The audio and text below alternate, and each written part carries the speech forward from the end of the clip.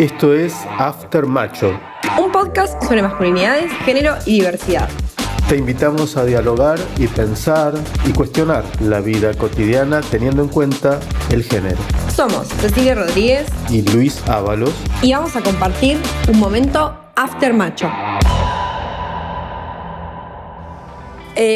Para este capítulo pensamos en algo que nos vienen preguntando bastante, porque a partir del capítulo en relación a los espacios para varones que ejercen violencia, nos pregunta respecto de lugares o espacios o ámbitos donde se trabajen talleres donde varones se puedan preguntar cosas y no necesariamente sean varones que tengan denuncias o ejerzan violencia, necesariamente. Exacto, y existen muchos espacios, quizá no tantos como querríamos, pero sí muchos y muy interesantes espacios donde tal cual los varones podemos concurrir, acercarnos, informarnos, pensar, reflexionar y poder iniciar este camino de la deconstrucción de la masculinidad normativa, de los machismos y de las violencias, junto con otros varones. Porque siempre nos encontramos con esta cuestión, ¿no? De que entonces son las mujeres las que tienen que educarnos, las mujeres las que tienen que decirnos, como contabas en el capítulo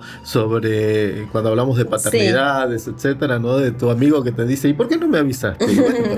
No, bueno, aparte nosotras también desde este lugar en el que venimos también a buscar de construir nuestros roles, tenemos que empezar a corrernos de esta maternidad en la que maternamos a las amistades, a las parejas y demás, y empezamos como a corrernos y decir, bueno, vos también tenés que asumir un rol activo en esa pregunta respecto de tu lugar de varón en la sociedad, ¿no? Y me parece que como nosotros acá siempre trabajamos, acá siempre trabajamos, es el patriarcado que se viene sobre mí. Que nos atraviesa. Trabajamos alternativas en relación a qué cosas podemos hacer. Bueno, si no te animás a ir al Congreso a una manifestación por la licencia por paternidad, quizás podés empezar a seguir algunas redes o quizás podés empezar a conocer otros espacios donde los varones se preguntan cosas con otros varones. Hablamos con Matías de Varones Antipatriarcales Cava, Ciudad Autónoma de Buenos Aires, y le preguntamos, ¿qué es Varones Antipatriarcales? El colectivo de varones antipatriarcales, o Bondi, como amistosamente nos solemos nombrar, es una organización política que surge en el 2010, integrada por maricas y varones cis heterosexuales. Convoca a personas que se identifican como varones o son socialmente leídas como tales, con el objeto de interpelar a la sociedad desde una perspectiva feminista y de cara a las masculinidades para revisar las prácticas machistas e ir definiendo y construyendo el rol de los varones en la sociedad, generando espacios colectivos de reflexión y articulación con una perspectiva de educación popular que discutan el rol de los varones en la sociedad. Como espacio reivindicamos las luchas del movimiento feminista, de las disidencias sexuales y la construcción horizontal. Consideramos a lo colectivo como metodológico, como parte del proceso de construcción política, para que la experiencia de lesotres se vea reflejada en nosotros. Y consideramos a lo antipatriarcal como horizonte, como perspectiva política. Me gusta esta definición que da en relación a que lo antipatriarcal es el horizonte, ¿no? Como hacia dónde van. Y también que la definición del espacio es un espacio para maricas, varones cis heterosexuales. Como todas estas palabras, ¿no? Podríamos como empezar a desglosarlo un poco. Sí, interesante. Ellos lo llaman el bondi, o ellas lo llaman el bondi, ¿no? Y sí, porque aglutina a todas aquellas personas que se consideran masculinidad y ahí se abre el espectro, ¿no? Para varones cis, hetero, no hetero, quienes nos identificamos como maricas, pero no por ser maricas dejamos de habitar esa categoría de varón, en fin, para distintas formas de la masculinidad, que es algo que venimos aquí mencionando, ¿no? De que hay una masculinidad que es la normativa, la hegemónica, esa ideal machista y violenta, pero que hay distintas formas de habitar la masculinidad y que son esas distintas las que enriquecen. Totalmente, y que muchas veces cuando se nombran estas otras masculinidades, estas otras formas de ser varón, las masculinidades más hegemónicas, tienden como, desde el prejuicio, me parece a mí, como a resguardarse de esos espacios que pueden ser súper enriquecedores por decir como, bueno, ¿de qué hablarán ahí? Como que eso no me representa, ¿no? O lo que tantas veces hemos dicho, de bueno, pero entonces me van a mariconizar. Me voy a volver puto.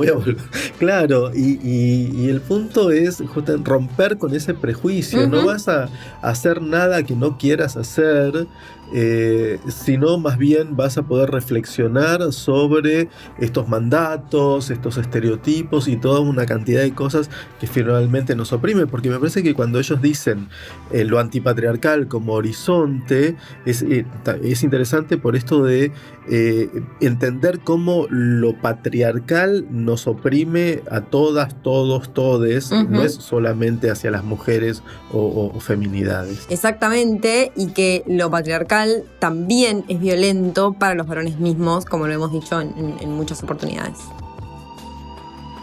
Le preguntamos entonces a varones antipatriarcales de Cava quiénes forman parte de esos espacios y nos dicen: quienes se acercan a nuestras actividades, conocen a la organización y participan habitualmente en los talleres o lo hacen por primera vez, nos siguen en redes o algún compañero se lo sugiere. Las expectativas son variadas, algunas vienen con curiosidad, otras motivadas por repensarse. A lo que nosotros apostamos es que se vayan con la inquietud de preguntarse. Varias de nuestras reflexiones nacieron a partir de nuestros talleres. Este año convocamos a compartir, reflexionar y poner el cuerpo a través de asambleas abiertas y talleres sobre violencia machista, especialmente relacionada a nuestros vínculos. También realizamos un ciclo de cine en el que conversamos con los realizadores de las películas y abrimos una charla alrededor del tema, recuperando historias de trincheras personales y colectivas que dan cuenta de experiencias políticas contra las diversas formas de opresión y violencia que atraviesa el movimiento de mujeres y las disidencias sexuales. Me gusta esto que dice un poco solapado, no sé si tan explícitamente, pero que el mensaje es: lo personal es político, ¿no?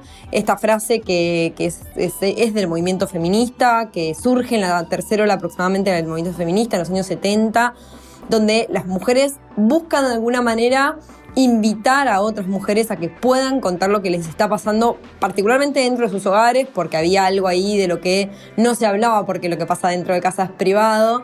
Y en realidad cuando las mujeres pueden empezar a expresar o a contar lo que les pasaba dentro de sus hogares, se empiezan a visibilizar un montón de situaciones de violencia. Entonces lo que te pasa a vos nos pasa a muchas, con lo cual está bueno que lo cuentes, así lo hacemos político también, ¿no? Entonces en los espacios de varones esto también está presente. Y es muy importante que esté presente por esto que muchas veces decimos, de que los varones, sobre todo los varones cis hetero, suelen no tener espacios donde puedan hablar de lo que sienten, de lo que les pasa, como si sintieran vergüenza, pudor de exponer eso. Y justamente exponer eso es súper importante para empezar a pensar que no es lo que le pasa a Juan, Pedro, a Luis, sino que es algo mucho más colectivo, es algo más social, es político en ese sentido, porque tiene que ver con opresiones que todos y todas sufrimos. Sí, y en esa misma línea creo que las mujeres, las personas trans, las personas no binarias, hace unos cuantos años ya tenemos, muchos años, en los espacios de los encuentros nacionales, que son una vez por año, y que de esos espacios donde se hablan, se debaten un montón de cuestiones, surgieron un montón de leyes y consagramos derechos en esa línea, y también muchas veces se cuestionaron en esos lugares cuál era el rol de los varones. Sí, lo podemos lograr.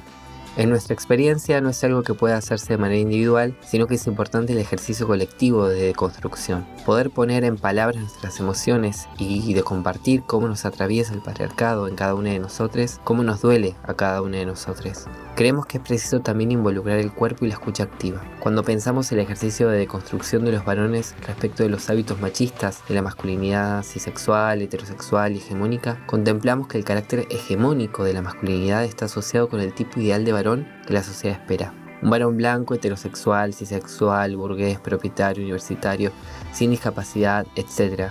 Es en teoría el sujeto de la masculinidad hegemónica. Reconocerlo, caracterizarlo, es parte del proceso para desarmar esa masculinidad. La masculinidad es el régimen político que organiza, con mandatos de violencia, complicidad y dominación, la sociedad toda.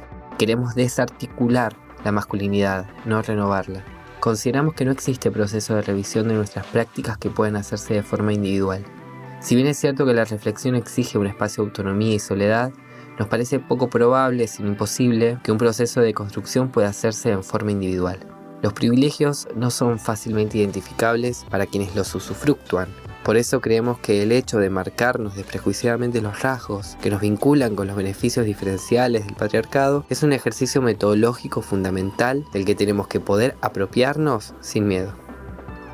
De construcción, nombra, ¿no? Como, Sí. ¿a qué hace referencia? Bueno, es un término que alguna vez creo que lo hemos mencionado, pero tiene que ver con poder reflexionar sobre aquello que se nos presenta como obvio, ¿no? Aquello que se nos presenta como dado, incluso aquello que se nos presenta como difícil de cuestionar, porque, bueno, es así, ¿no? Esas cosas que decimos, bueno, tal cosa es así. La masculinidad, ¿qué es la masculinidad? Y la masculinidad es esto, ser varón, es eso, ¿no? Sí, y que también para poder cuestionarlo, primero hay que poder registrarlo, porque hay cosas que están tan instaladas que ni siquiera las percibimos, ¿no? Entonces, la idea de construcción tiene que ver con cuestionar lo obvio, pensando que justamente ahí donde algo se nos presenta como lo único, es que hay otras cosas, hay otras alternativas que están siendo invisibilizadas. Y es interesante ver, bueno, ¿qué esconde esa pantalla o esa fachada de lo obvio? ¿Qué hay detrás de lo obvio? Seguramente hay muchas cosas que son muy interesantes. Totalmente. Y después nombra algo en relación como al dolor de los varones. ¿Cómo lo dice ese bien? Es un gran tema. Porque menciona esto de poder reunirse, reflexionar, pero también llevar ahí lo que nos duele, ¿no? ¿Los varones hablan sobre eso? Poco y nada, diría. Y de hecho, fíjate que cuando hablamos, por ejemplo, con equipos de salud, nos cuentan que los varones llegan a la consulta médica, por ejemplo, cuando duele mucho. Claro, como en la urgencia, digamos, ¿no? Cuando ya están hechos pelota, digamos, ahí es cuando recién. Pero antes, seguramente hubo un montón de indicios, de síntomas, de malestares que están silenciados por ellos mismos. Y en relación a eso se me ocurren dos cosas. En principio, que el sistema médico dice muchas veces que si se pudieran registrar enfermedades que son crónicas, por ejemplo, mucho antes en los varones, se podrían incluso hasta salvar vidas, ¿no? Como hace poco alguien me contó una situación de una persona que había fallecido de cáncer y que, un varón, ¿no? Y que lo descubrieron y a los 15 días, a pesar de haber hecho muchas cosas para evitar esa situación, lamentablemente falleció y yo pensaba, wow, pasaron 15 días. Ese varón no sintió dolores previamente a esto, ¿no? Y estamos hablando aquí de dolores físicos, que hay sobre otros dolores. Totalmente. ¿No? Psíquicos o dolor emocional o dolor en el alma, como lo quieras decir. Pero esos otros malestares, dolores, esas cosas que nos duelen.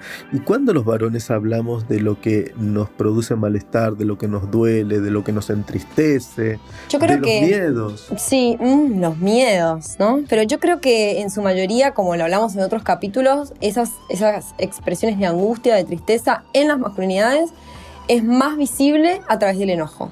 Sí, totalmente. El enojo pareciera ser ahí como la válvula de escape, lo que tenemos más a mano, ¿no? Cuando algo nos frustra, cuando algo nos angustia, cuando algo nos da miedo, en general los varones lo que mostramos es enojo. Incluso me parece que hay una situación que circuló en las redes hace muy poquito sobre un intercambio en una radio, colegas de radio, una chica, un varón. Ella sintió que él estaba siendo como violento en su forma de expresarse y no sé qué, y él, como se frustra ante esto, parece que no le gusta pero para nada, su forma de reaccionar incrementa la violencia, ¿no? Como en vez de poder dialogar de una forma respetuosa además, él como que se indigna ante la situación y lo único que hace es seguir reproduciendo la violencia, ¿no? Como cada vez eleva, ¿no? Esta violencia sigue elevándose en vez de poder decir, bueno, me siento atacado, no sé qué responder. Sí, pero escala y se va al carajo. Totalmente. Ahora, algo más que aquí nos dicen los compañeros de varones antipatriarcales, que la deconstrucción no es algo individual, o sea, no es algo que alguien en soledad se plantea, bueno, yo voy a replantearme esto, sino que tiene que ser una instancia colectiva. Por eso lo importante de juntarse, por eso lo importante de acercarse a estos espacios. Sí, porque además también hay algo, pienso, ¿no? En las masculinidades, en todas las personas en general, que de la identificación con el otro, ¿no? Hablábamos de lo personal es político hace un momento, y de poder compartir eso que me está pasando y que quizás la otra persona pueda también escucharme desde ese lugar, ¿no? Y entre las reflexiones que también mencionan está el tema de la violencia machista, ¿sí? Y ahí viene la pregunta de si realmente se puede cambiar un varón que tiene todas estas cuestiones machistas, violentas, agresivas, ¿puede cambiar? Sí, lo podemos lograr. Bueno, coincidimos en que sí se puede. Eso Totalmente. Me gusta. Sí. ¿Cómo? Bueno, juntándose, ¿no? Sí. Y acá nosotros hemos entrevistado a varones antipatriarcales de Cava, pero existen otras organizaciones, otros colectivos, otros grupos. En distintas partes del país, ¿no? Como que no tengan este nombre necesariamente, pero que me parece que hay cuestión de poderse a investigar un poco si es que esto te mueve, esto te interesa, esto te interpela y te pregunta, ¿no? En redes sociales podés encontrar muchos, también acercándote a distintos lugares en tu localidad, en tu ciudad, en tu pueblo, y si no también, si tenés la inquietud, podés iniciar un grupo. Me parece, cada vez hay más varones que, interpelados por todas estas cuestiones, se reúnen con sus amigos, amigues, en el grupo de laburo, en el grupo del club, y empiezan a plantear, bueno, ¿por qué no nos juntamos, además de para ver fútbol o tomar birra, por qué no nos juntamos a hablar de estas cosas? Bueno, o que el puntapié puede ser el fútbol, la birra, y que podamos empezar a hablar un poco de todo esto, ¿no? Exactamente, pero que se empiece a poner en común esto de lo que sentimos, lo que nos pasa, y que lo conversemos entre varones es fundamental. Esto es After Macho y te esperamos en el próximo episodio para seguir pensando la masculinidad. Si te gustó este capítulo, compartilo y seguinos en Spotify.